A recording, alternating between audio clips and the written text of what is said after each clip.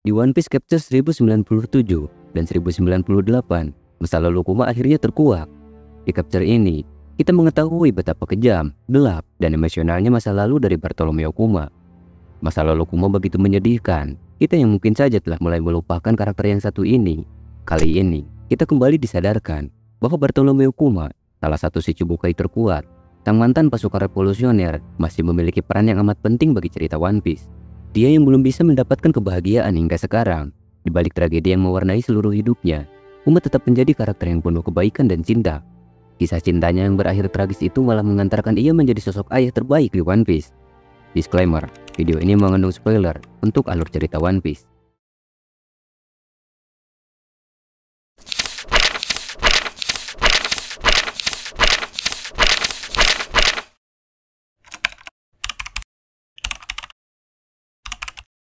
Pembahasan ini akan dimulai dengan kesimpulan bahwa hingga saat ini Kuma belum menemukan kebahagiaannya. Bagaimana tidak, Kuma telah diperbudak oleh bangsawan dunia 2 kali dalam hidupnya. Pertama kali saat ia masih bayi, hingga ia melarikan diri saat insiden God Valley, dan yang kedua saat ia dewasa, di mana ia bertahan sampai rekan-rekan di pasukan revolusioner membebaskannya selama reverie terbaru. Selama masa kanak-kanaknya, Kuma adalah anak yang cukup ceria sebelum perbudakan berikutnya dan kematian orang tuanya membuatnya putus asa. Dari kecil hingga dewasa, Kuma dipaksa selalu tunduk pada orang-orang yang berbuat jahat. Hanya cerita rakyat bajak laut tentang legenda Nika yang diceritakan ayahnya, Clef, yang memberikan kebahagiaan, harapan, dan sosok pahlawan bagi Kuma di tengah kerasnya kehidupannya sebagai budak. Kematian ayahnya sangat menyakitkan karena ia ditembak mati di depan Kuma hanya karena ayahnya membuat terlalu banyak kegisingan. Setelah ini, Kuma siap untuk menyerah pada hidupnya sendiri. Tetapi sesama budak Imperio Ivankov dan Gini menawarkannya jalan keluar. Bersama-sama, mereka melarikan diri dari Celestial Dragon menggunakan buah pau-pau yang dijadikan sebagai hadiah. Meskipun Kuma menempatkan dirinya dalam bahaya untuk menyelamatkan sebanyak mungkin orang lain, Kuma kemudian tumbuh menjadi seseorang yang berupaya membebaskan masyarakat dari penindasan penguasa yang korup, seperti sosok Nika. Karena ia sendiri adalah korban penindasan, dia juga berbagi cerita ini dengan putrinya, Bonnie, untuk memberikan harapan yang sama kepadanya, seperti yang pernah dilakukan ayahnya kepadanya. Sebagai hasil dari pemujaannya terhadap Nika dan kemudian cintanya pada mendiang ayahnya, Kuma cenderung menari mengikuti irama pembebasan setiap kali topik tentang idolanya muncul. Karena dibesarkan di gereja, Kuma sangat religius dan cenderung berdoa dalam waktu lama, yang saat ini tercermin dalam kitab sucinya dan pengabdiannya kepada Nika. Bahkan setelah melarikan diri dari perbudakan, Kuma muda sangat baik dan pemaaf, di mana ia bersedia menggunakan kekuatannya untuk mengobati luka bahkan orang-orang yang menindasnya.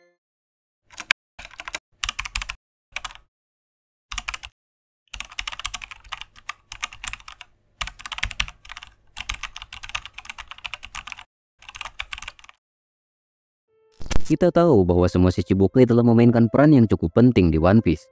Ada argumen kuat bahwa tidak ada satupun dari mereka yang lebih penting dalam serial ini selain Bartolomeo Kuma.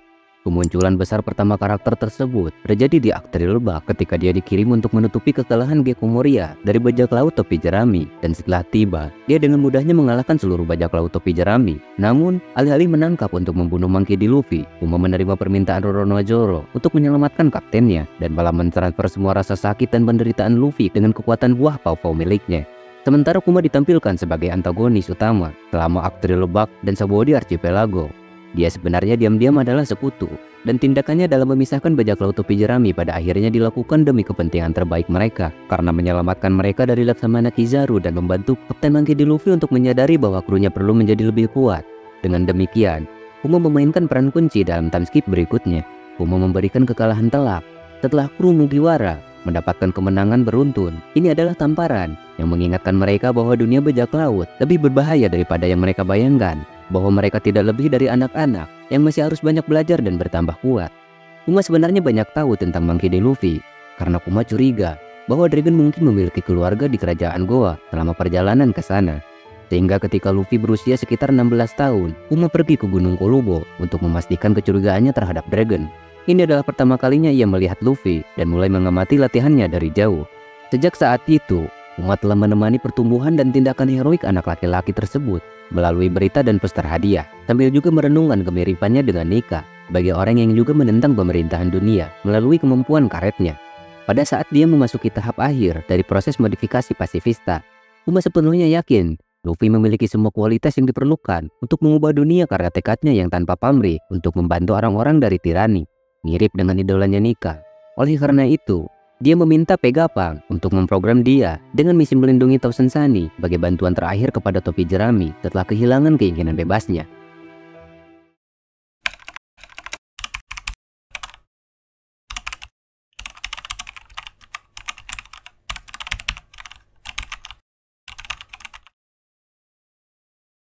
Uma adalah individu yang tragis dan kompleks, yang telah mengalami kekacauan dan pengorbanan besar sepanjang hidupnya, yang sangat mengubah karakternya secara keseluruhan. Meskipun dia baik hati dan rela berkorban, perjuangan dan pilihannya pada akhirnya membawanya ke titik di mana ia tidak bisa lagi dianggap sebagai manusia hidup dengan keinginan bebas. Pada Chapter 1097, Gini menyajikan Kuma dengan tragedi lain. Pada usia 17 tahun, Kuma adalah pastor di sebuah gereja yang sudah bobrok di kerajaan Sorbet, di mana hari-harinya sebagai budak sudah lama berlalu. Tetapi bahkan ini bukanlah jalan keluar baginya dari kesedihan.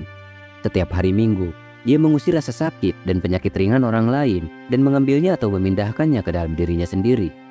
Kekasih masa kecilnya, Gini, juga ada untuknya, tetapi dia tidak ingin menikahinya karena takut menjadikannya seperti ibunya, yakni menjadi budak dan mati karena terkait dengan bajak laut. Dia juga dipukuli dan ditangkap pada usia 25 tahun karena mencoba melindungi warga provinsi selatan seperti Gini dan beberapa teman lainnya. Jika pasukan revolusi tidak mengambil mereka mungkin tetap dipenjara sampai mati. Tak berhenti di situ. Kelahiran Jawari Boni secara bersamaan merupakan salah satu peristiwa terbaik dan terburuk yang terjadi pada Bartolomeo Kuma.